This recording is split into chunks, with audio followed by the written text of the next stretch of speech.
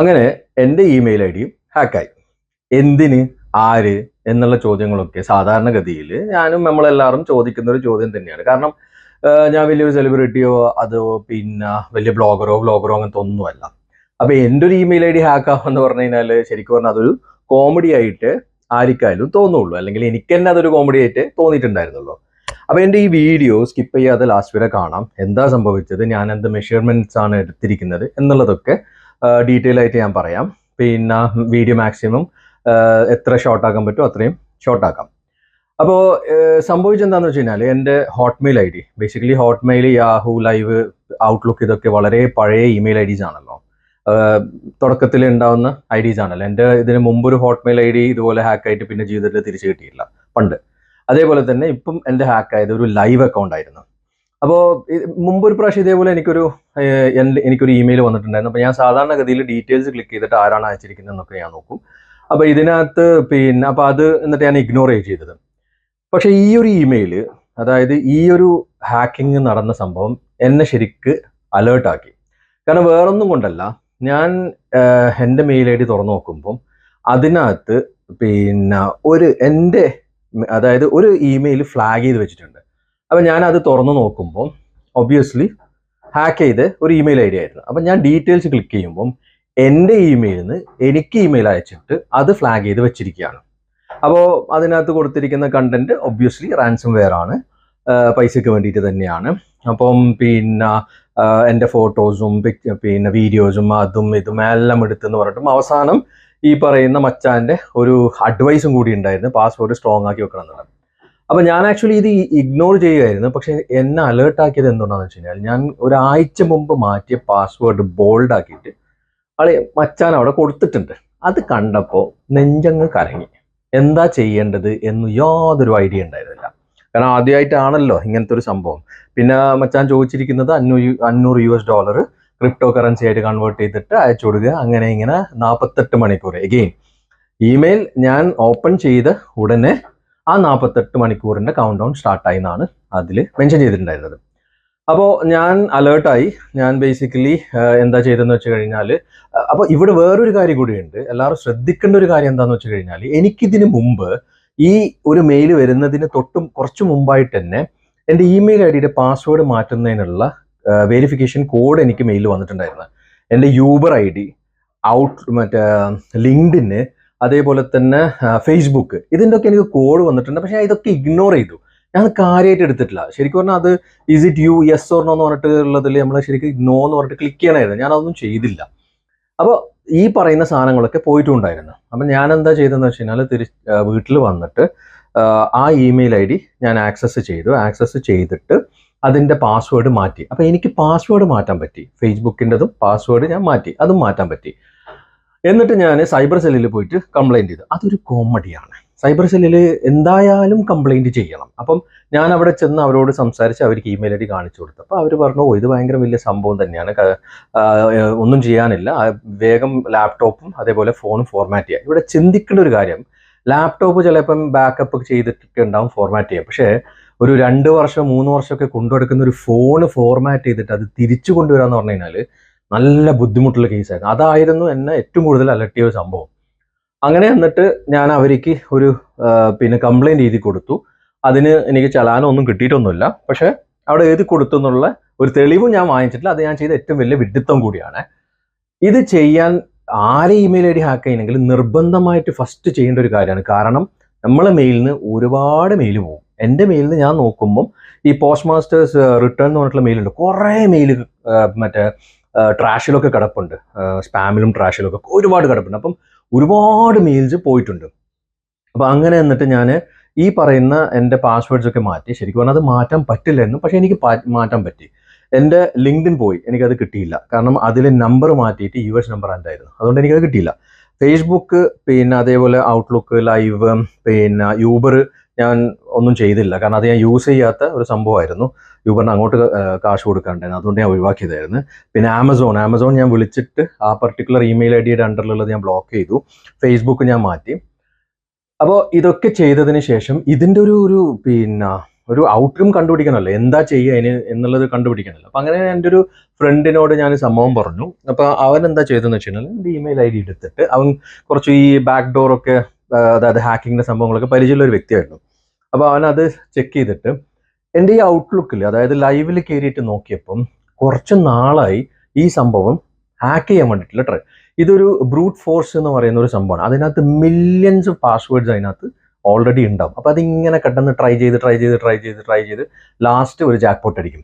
അപ്പോൾ അതുപോലെ അടിച്ചിരിക്കുന്ന ഒരു ജാക്ക് പോട്ടായിട്ടാണ് എൻ്റെത് ഫീൽ ആയിരിക്കുന്നത്. ഒരു 10 ആൾക്കാർ അതാറ്റം ചെയ്തിട്ടുണ്ടാവും.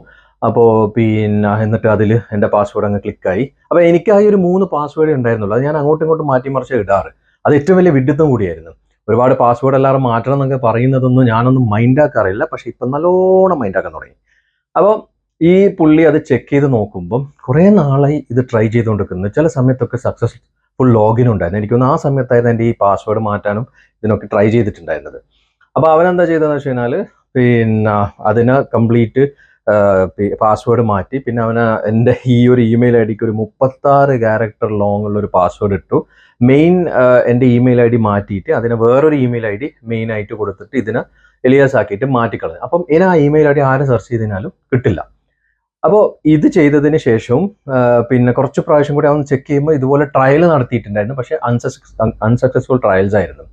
അപ്പോൾ ഈ ബ്രൂട്ട് ഫോഴ്സിൻ്റെ ഒരു കേസ് എന്ന് വെച്ചാൽ ഞാൻ പറഞ്ഞതുപോലെ മില്യൺസ് ഓഫ് പാസ്വേഡ്സ് അതിനകത്ത് ഉണ്ടാവും. നമ്മുടെ പാസ്വേഡ്സ് ഒക്കെ അതിനകത്ത് ഈ പറയുന്നത് പോലെ ബ്രേക്ക് ചെയ്യാൻ വേണ്ടിയിട്ടുള്ള ട്രയൽ നടത്തും. അപ്പോൾ ഇവൻ ഈ ഹാക്കറുടെ പിന്നെ ക്രിപ്റ്റോ കറൻസിയുടെ സംഭവങ്ങളൊക്കെ ചെക്ക് ചെയ്യുമ്പോൾ മച്ചാൻ അതിനകത്ത് ഒരു രൂപ പോലും വരിക പോലും ഒന്നും ചെയ്തിട്ടില്ല. സോ ബേസിക്കലി ഞങ്ങൾ എത്തിയൊരു നിഗമനം എന്താണെന്ന് വെച്ച് കഴിഞ്ഞാൽ പുള്ളി ഒരു അമേച്ചർ ആയിരുന്നു. അതായത് പുതുതായിട്ട് ചെയ്യുന്നതായിരിക്കാം, അങ്ങ് ക്ലിക്കായി. പക്ഷെ കാരണം എന്തുകൊണ്ടാന്ന് വെച്ചാൽ സാധാരണഗതിയിൽ ഹാക്കായി കഴിഞ്ഞാൽ പിന്നെ ഒന്നും തിരിച്ചില്ല. ഇതുപോലെ എൻ്റെ ഒരു ഫ്രണ്ടിൻ്റെ ഹാക്കായിട്ട് കാശ് കൊടുത്തിട്ട് വാങ്ങേണ്ട ഒരു സിറ്റുവേഷൻ വരെ വന്നിട്ടുണ്ട്. അപ്പം പിന്നെ ഈ പുള്ളി ശരിക്കും പറഞ്ഞാൽ അങ്ങനെ ബ്ലോക്ക് ഔട്ട് ചെയ്തിട്ടില്ല. പക്ഷെ ഞാൻ എന്ത് ചെയ്തു, എല്ലാത്തിൻ്റെ പാസ്വേഡും മാറ്റി.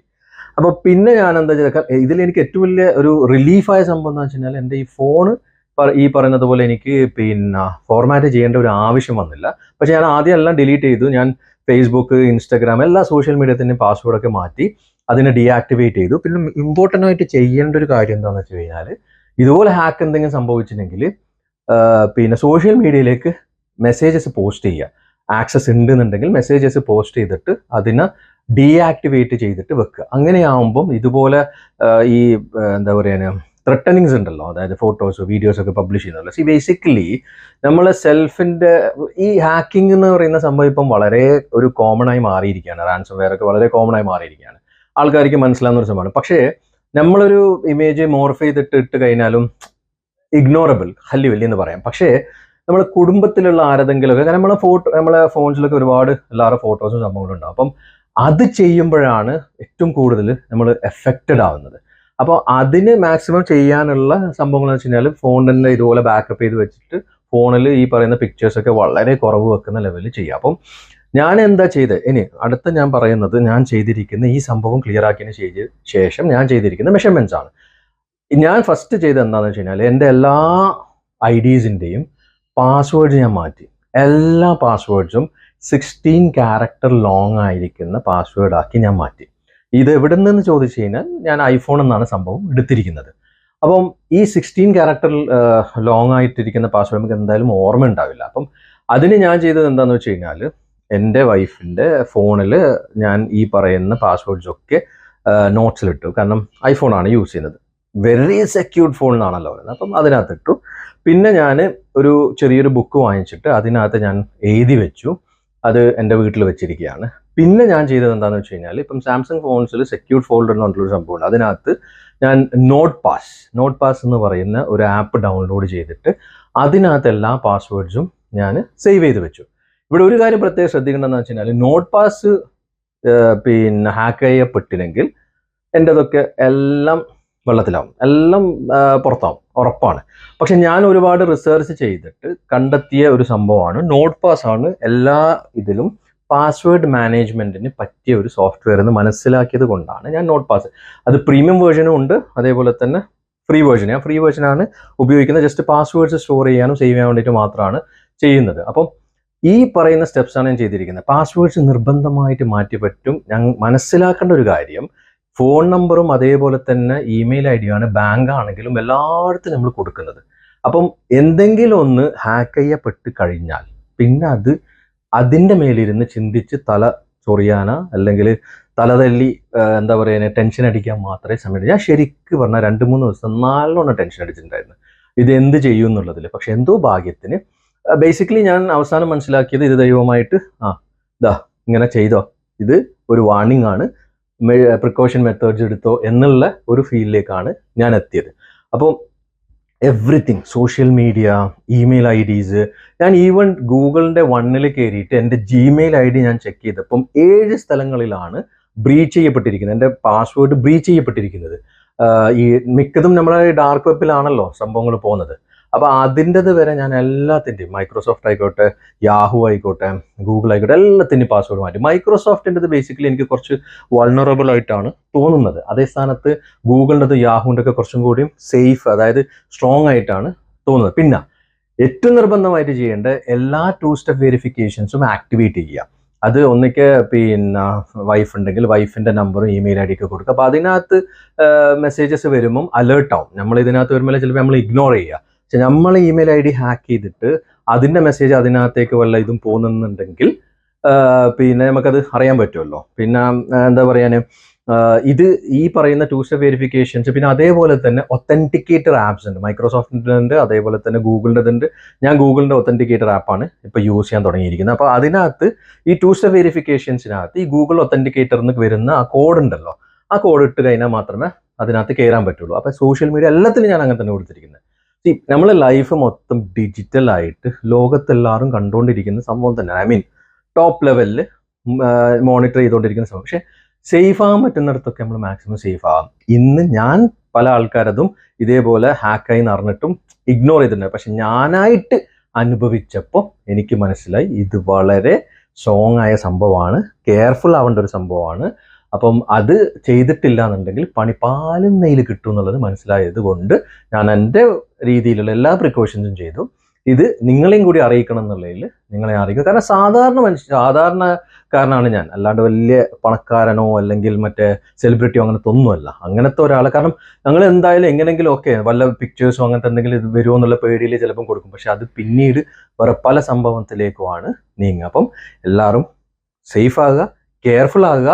ഒരു നിർബന്ധമായിട്ട് ചെയ്യേണ്ടത് എന്താണെന്ന് വെച്ച് കഴിഞ്ഞാൽ ഞാൻ ഈ പറഞ്ഞതുപോലെ ഒത്തൻറ്റിക്കേറ്റർ ആപ്പ് യൂസ് ചെയ്യുക, അതേപോലെ തന്നെ പാസ്വേഡ് മാനേജ്മെൻറ്റ് ആപ്സ് ഉണ്ടെങ്കിൽ അത് യൂസ് ചെയ്യുക, പാസ്വേഡ്സ് ഒക്കെ മാറ്റുക, അത് എഴുതി വെക്കാൻ പറ്റുന്നിടത്ത് എഴുതി വെക്കുക, സേഫാക്കി വെക്കാൻ പറ്റുന്നിടത്തൊക്കെ സേഫാക്കി വെക്കുക.